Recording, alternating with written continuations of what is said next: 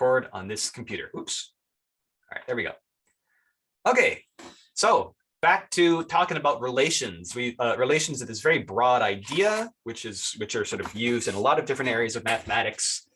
And specifically last class, we were talking about things called endo-relations. And an endo-relation, also called a homogeneous relation, is a relation from a set to itself. So it's basically just something you define on one set relating elements of the set to each other, right?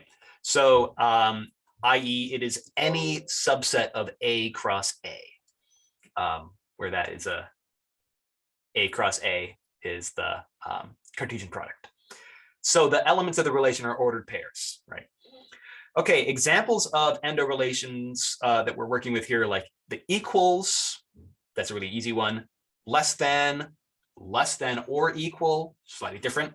And then the other one that we use on integers is divides. So this symbol here, remember, means like A divides B. Remember what that means? Like 2 divides 6 because 6 is a multiple of 2. 3 also divides 6 because 6 is a multiple of 3. That sort of thing.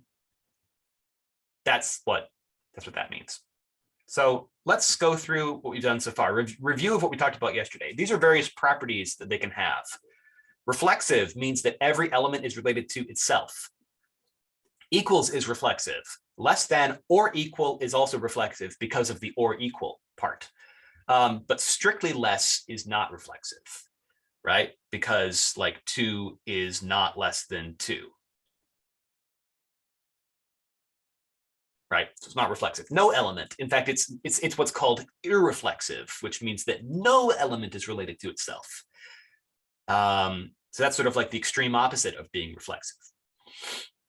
Symmetric. Symmetric means that like if x equals y, then y equals x. You can basically turn around, you can swap the order of the two elements and it's still true, always. It has to satisfy that as a rule to be symmetric. So like equals is symmetric because it doesn't matter what order you write it in. But these other, the less than or equal to and the less than are not symmetric, right? Because of the idea that like 2 is less than 5, but 5 is not less than 2. It's the sort of the opposite of being symmetric. It's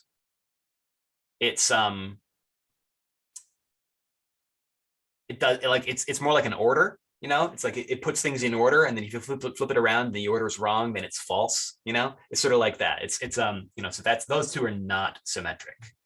Now, anti-symmetric is the tricky one that I got hung up on last class. So let's just review that. It says that when you can flip the order and it's still true, if x is related to y and y is related to x, if you can do that, it is because, or it is the situation where x equals y.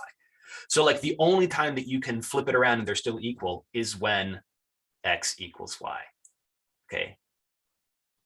Only if x equals y. So equals is anti-symmetric because you only get things equal to each other if they are equal. So that's kind of obvious. This is anti-symmetric basically just by being very simple, and things are only related when they're equal to each other. So that's kind of satisfied by default. Less than or equal to is anti-symmetric, and it actually works. Like it's anti-symmetric in the sense that there are actually examples of like 2 is less than or equal to 2. And 2 is also less than or equal to 2 if you flip the 2's. And this, you know, 2 equals 2, right? You only get x less than or equal to y and y less than or equal to x if x and y are equal. So writing this out, I wrote it with 2's, which makes it confusing. But if you do it with x and y, if we had this and this, x less than or equal to y and y less than or equal to x, then you can conclude from that that x does equal y, right? So that's why it's anti-symmetric. So there's a question in the chat. What I wrote earlier with the 2's, 2 less than or equal to 2, and then flip the 2's around, 2 greater than or equal to 2, I guess, like flipping the 2's around. Why does that, like, couldn't that also work for symmetry back over here?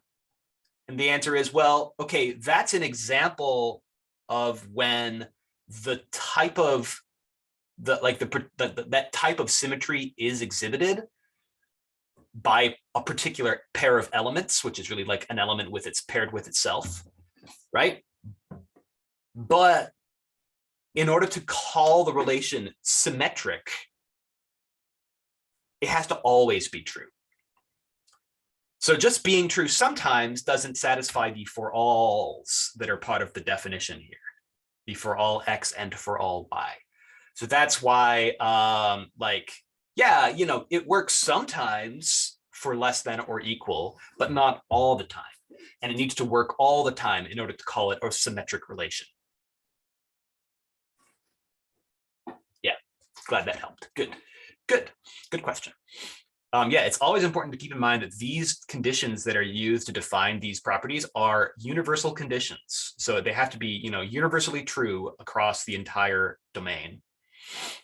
So the one that tripped me up yesterday was this one, right? Less than, strictly less, is actually anti-symmetric because the hypothesis here is never actually satisfied by any pair of elements. You can never have x less than y and y also less than x if you're talking strict less, right? That never happens. So it's vacuously true all the time, which makes it anti-symmetric, which is kind of weird. But so that leaves us with the question, like what type of things are not anti-symmetric? And so I came up with an example of a not anti-symmetric relation, and I decided to go away from integers and go to like people. So if you have the x is the same age as y, then you can have x be the same age as y and also y be the same age as x, but that doesn't mean x equals y. And here I'm assuming that equals on the domain of people means that they're the same person, right? So like I'm 32, or let's say, okay, so my wife's actually 33. Let's say 4 months from now when I'm 33, my wife's 33, we're the same age as each other. So you have x related to y related to x, and yet x and y aren't the same. X and y aren't equal because my wife and I are not the same person, right? So that's an example of a relation that is not anti-symmetric. You can have equality, you can have relation going both ways without them being the exact same thing. Okay.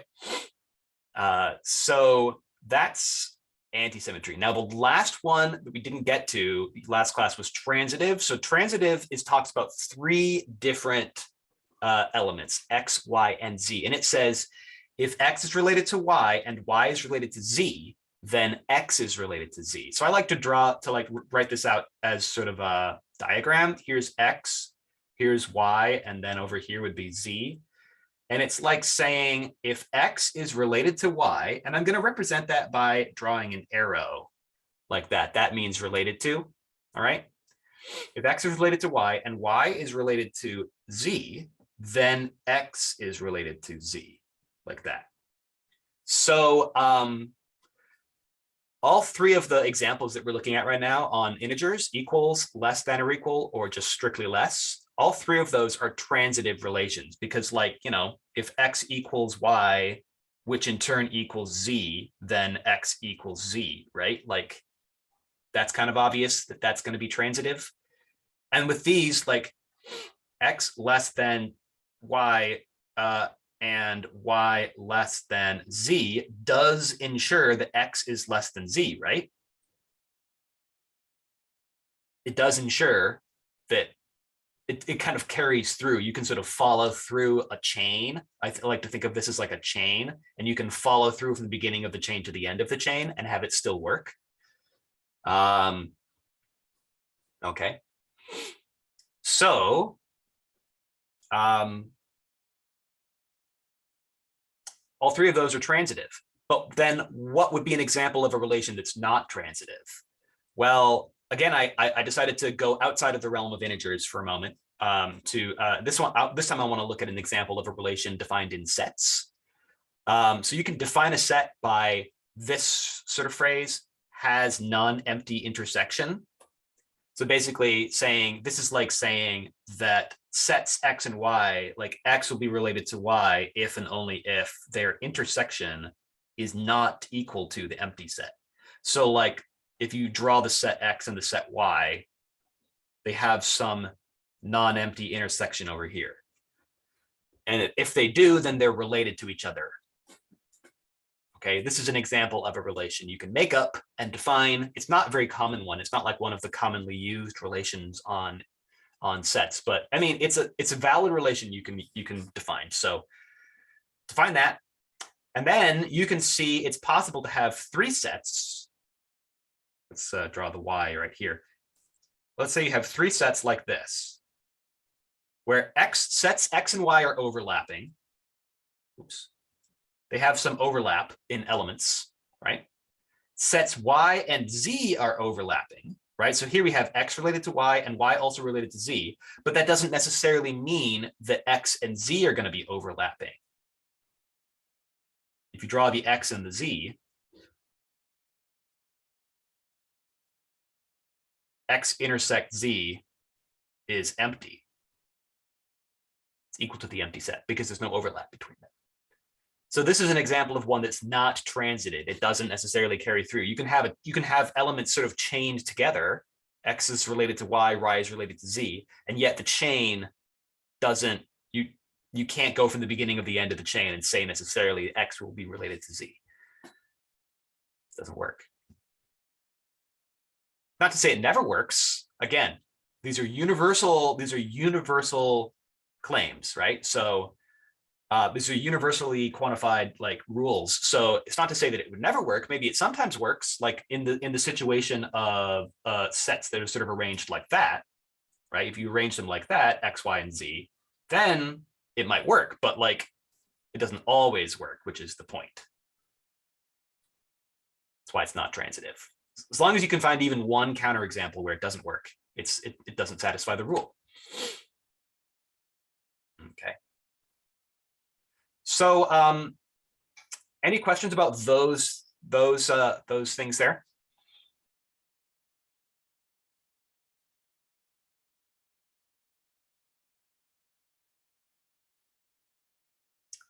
I want to do an exercise with you. I wrote a little set of exercises here that you could try. Some of these are in the homework. Hang on a sec. I just realized I'm on the wrong layer. Please feel free to ask questions. Okay. Let's scoot that down there. Okay, this divides the relation that I was explaining at the beginning. We haven't really talked about that. Get rid of this. We don't need that. Oh, well, that's fine. I guess I'm on the wrong layer. That's fine.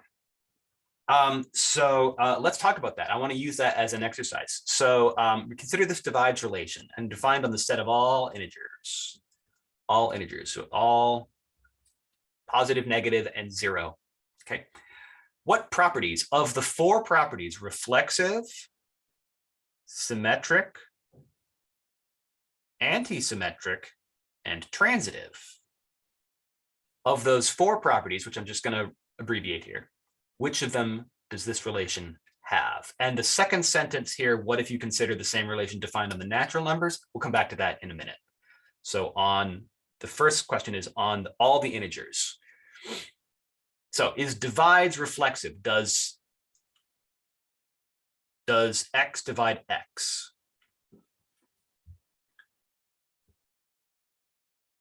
Does 2 divide 2? Sure thing. Sure does. Yep. Does negative 7 divide negative 7, for example?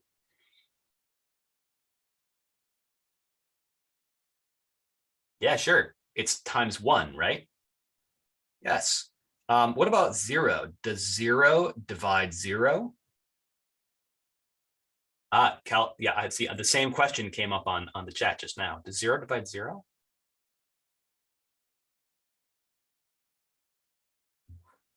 So if you write 0 divided by 0 as a fraction like that, that is called undefined. You're right. It's an undefined expression, but that's not actually the way that divides is defined. So let's go back and be more precise about our definition over here. So it's more like divides is more like being a multiple. A divides B if and only if, because this is a definition.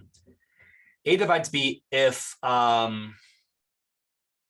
B is a multiple of A. So MA for some integer A. Sorry, M. So that's the definition right there. This is not actually, so it's not actually it's not necessarily accurate to think of it as like, if you make a fraction, will it be a defined integer? Because in the case of 0, if you're not dealing with 0, then that intuition is correct. But if you are dealing with 0, then actually it's not a very, it's that intuition can lead you astray, because in this case, 0 does divide 0, because like 0 equals 0 times anything you want, 1, for example. That's true. 0 does equal 0 times 1. So 0 does divide 0. 0 is a multiple of 0. Yep.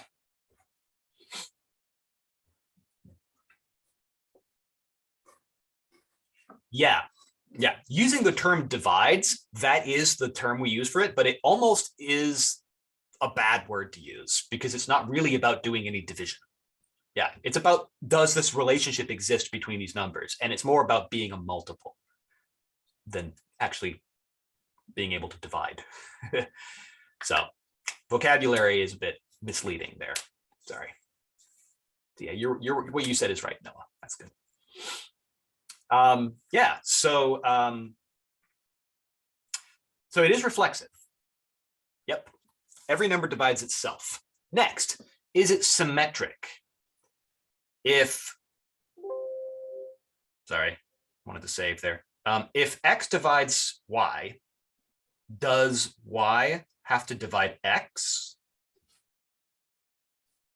We have a vote for no. Can we come up with an example where it's not true?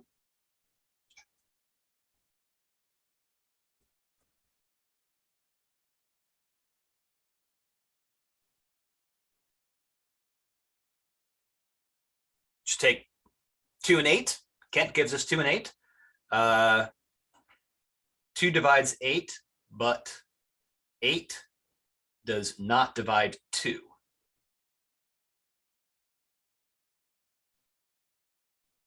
Sure thing. 8 doesn't divide 2. 8 is a multiple of 2, but 2 is not a multiple of 8. Great. So, all right. So that's a nice little counterexample to show us that that this divides relation is not symmetric. Next, is it anti-symmetric? If we ever have a situation where x divides y and y divides x, does necessarily x equal y?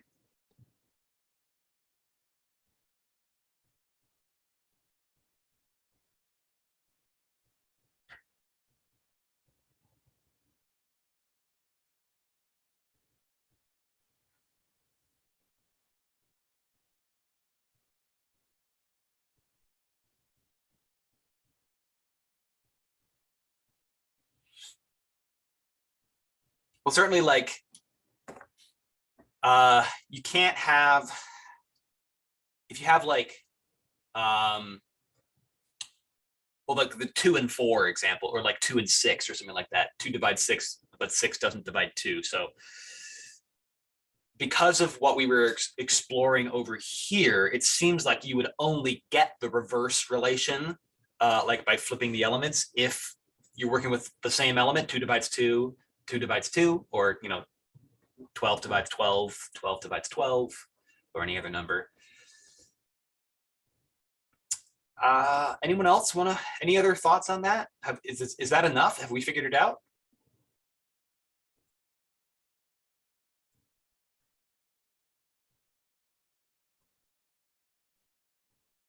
What about negative numbers?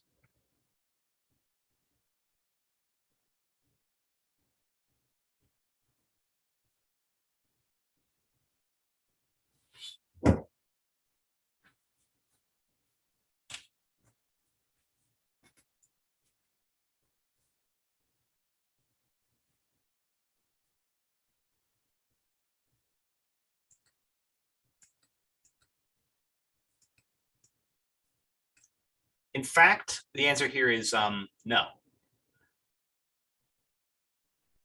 Because what? Negative, something to do with negative numbers. What could we do with negative numbers?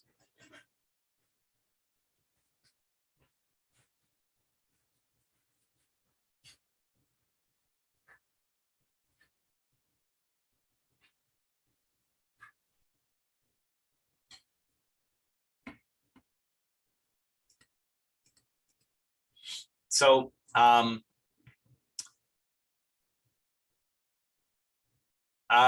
here we go. Yeah, here we go. So we could say 2 divides -2 because -2 is just 2 times -1. -1 is a valid integer. So -2 is a multiple of 2. Also, -2 divides 2 because likewise 2 is a multiple of -2. Same multiple, -1, right? They divide each other, but they're not the same number. There we go. That's all we need. That means that is a no to anti-symmetry. And then the last one is transitivity. Transitivity, this one can be a bit tough. Intuition, what's your intuition, folks, about being transitive? Do you think this is transitive?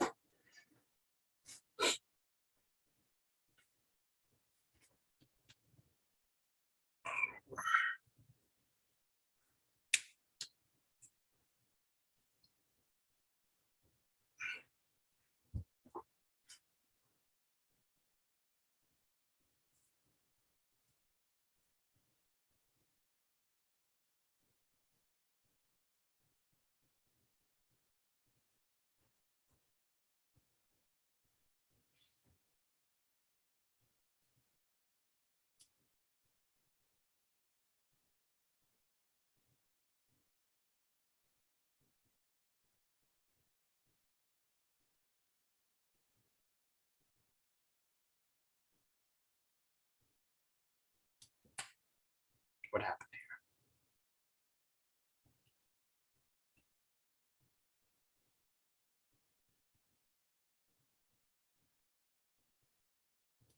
Oh, there's something over there. There's something. What's over there? But I can't. Right on. There's something here. There's a box. What? Why is there a box? Sorry. Just do that. There we go. Change the order of my layers. All right, so I've been sort of like waiting here. Thoughts on this? What's the intuition? Do you think it's going to be transitive? I mean, you can look at an example, right? Like, okay, here's an example from the chat. Someone suggests 2 divides 4, 4 divides 12, and well, 2 divides 12. So it works there, right? So in that case, it works, but that doesn't prove it's transitive, right? That just is an example of like, here's a situation where it works. Remember, to be transitive, the relation has to satisfy this rule all the time. So we have to prove that it always works. So, all right, well, let's try to prove it and see what happens. So we're going to suppose x divides y and y divides z. Well, then that would mean, based on our definition, let's go over here. Remember, a divides b if and only if b is a multiple of a for some integer. It's an integer multiple.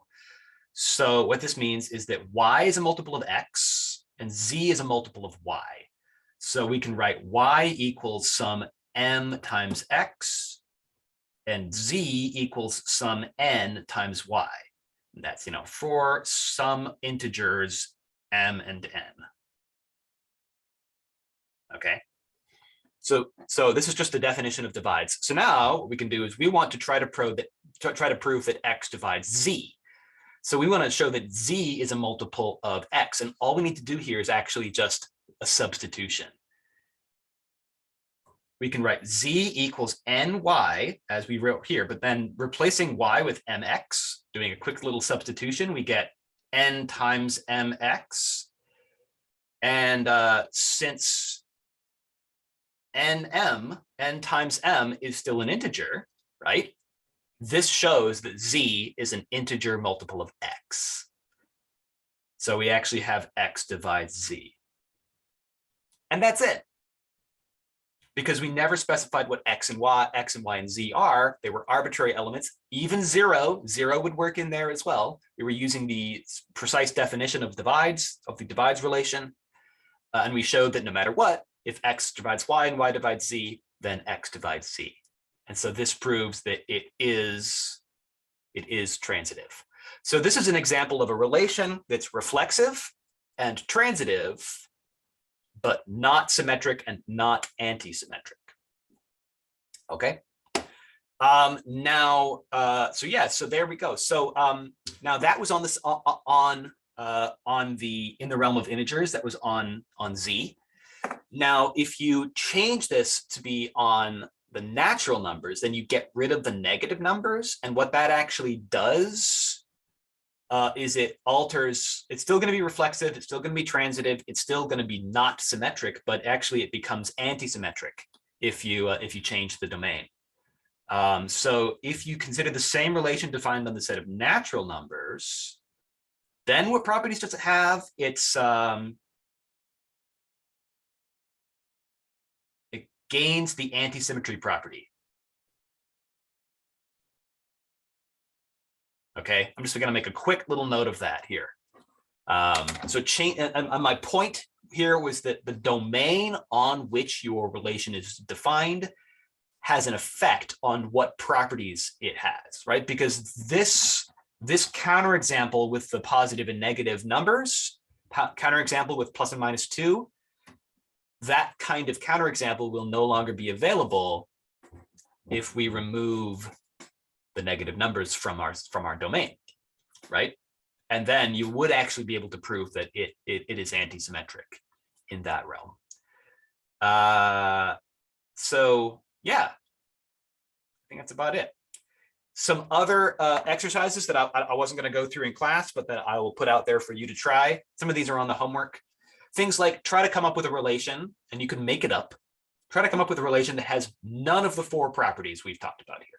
By the way, these aren't the only 4 properties that relations can have. There's tons of different properties that relations can have, but just working with these 4 for now.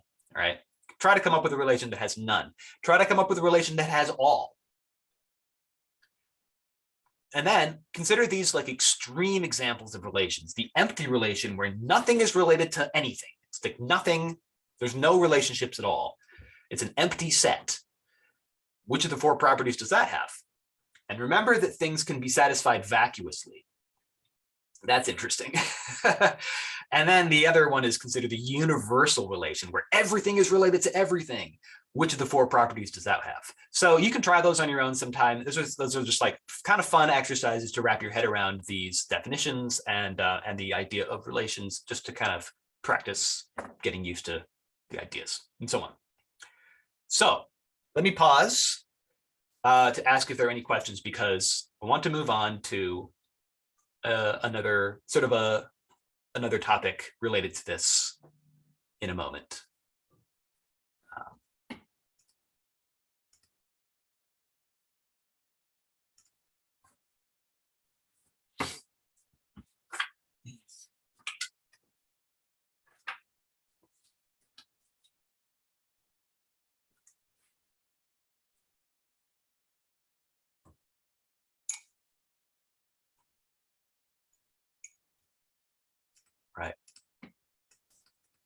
opportunity for questions.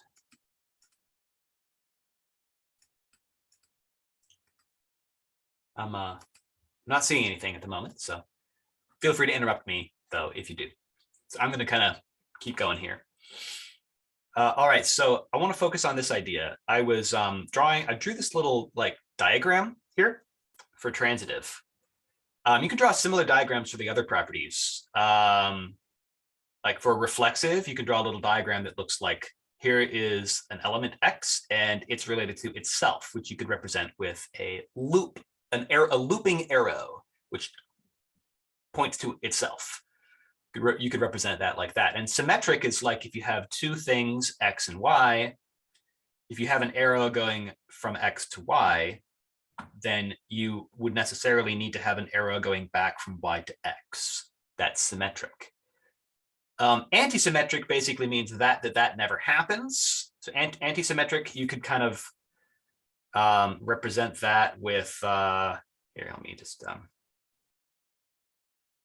move that out of the way. Antisymmetric is like,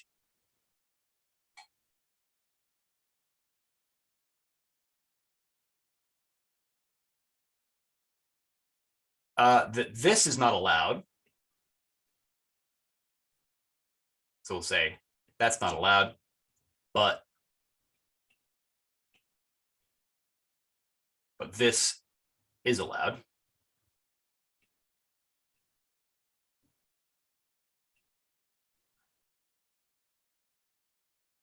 I'll put a check mark next to that one, I guess. That's fine. So that's basically what, like, you know, antisymmetric can't have this kind of relationship, but it can have this kind of relationship. Every time things are related to each other, it's because they're the same thing. So it's like a sort of one of those loop situations. Yeah, and then transitive has that. So what these are, these little diagrams that are sort of demonstrating what the property means, these are examples of what are called digraphs. Digraph is a way to represent a relation in a diagram. So digraph stands for directed graph. Now the word graph does not mean the same thing in this context that it means in algebra and calculus. In algebra and calculus, you talk about the graph of a function, and it's like plotting points in an XY plane. That is not what I mean by graph in this case. That is more accurately described by the word plot. We do use the word graph all the time, but a plot, or the locus of points, if you want to get really technical and wordy. But in mathematics, in the more broad world of mathematics, the word graph is actually more commonly used to mean a network. So this is another word for this is network. Basically, it's like a bunch of dots, and the location of those dots doesn't matter at all. They're just sort of like nodes. These are called, I call them dots, but they're called vertices or nodes. Okay, so those are. And then they're connected with arrows or lines. So if you connect them with lines, these are called edges.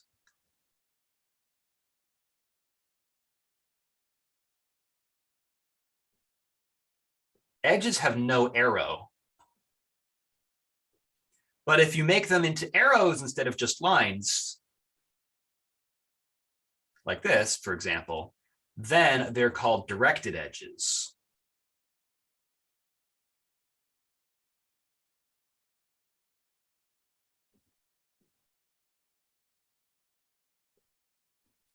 Okay. And graphs or networks are just used to model things. They're just used to represent lots of different types of structures that we use in mathematics and in computer science. You do a lot of data structures can be sort of thought about in terms of graphs like this with nodes and connections between nodes. Yeah, it's a very sort of broad idea that has a lot of different applications. And in this case, you can use a graph where all of the edges are directed to represent a relation, at least a finite relation, or maybe parts of an infinite relation, that kind of thing. And the way you do it is basically have the vertices or the nodes, those would represent the elements of the set. So maybe this is like, x1, x2, x3, and x4. So here's an example of just a set with like 4 elements in it. So actually, let's call them A, B, C, and D just to make things a little easier to write down. So we'll call them A, B, C, and D, example. And let's say we also have like a loop on this one. I don't know, I'm just going to stick that in there. So here's an example, right? And so in this example, the set A that we're defining the relation on is the set that contains these elements, A, B, C, and D, like this, lowercase. So it's just a set with 4 elements in it. And the relation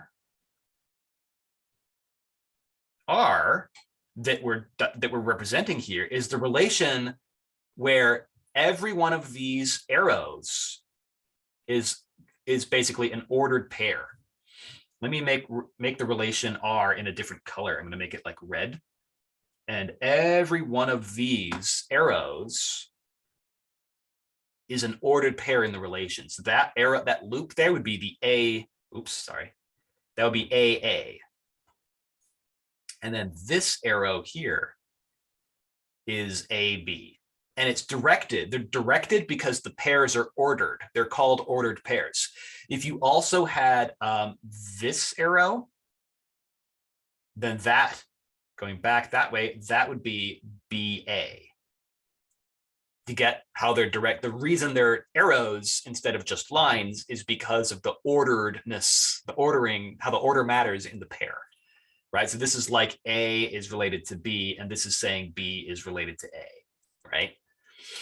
And then we have all the other ones. So let's see, we have B is related to C here. We have B comma C, and we have C is related to D. Oops. Right? C is related to D. And then we have D is related to B. And if that's the entire diagram for the relation, then that is it. That is the entire relation. It's that finite set of ordered pairs.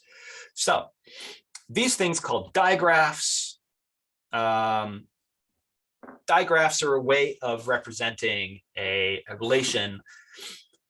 And obviously, it's impossible to draw a digraph for an infinite relation, but it is possible to draw a digraph for a finite relation. And even if there's an infinite number of elements, you can at least pick out a finite number of them and then draw all the relationships. So you can do it on a finite subset, but digraphs are more useful for finite sets because obviously then you can draw them. Even if you have an infinite set, you can imagine an infinite digraph. Like you can imagine a network with an infinite number of nodes in it, and that can be a useful mental image. Does that make sense?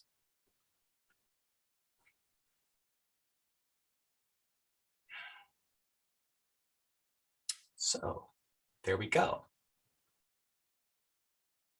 We're out of time. That's about it.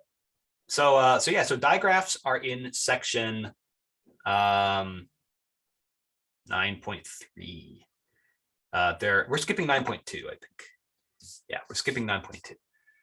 But 9.3 is a cool 9.3 is about that. I'm clicking on your link, Michael.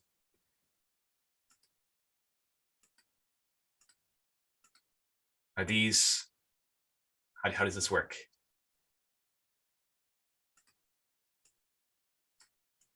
How do I make nodes?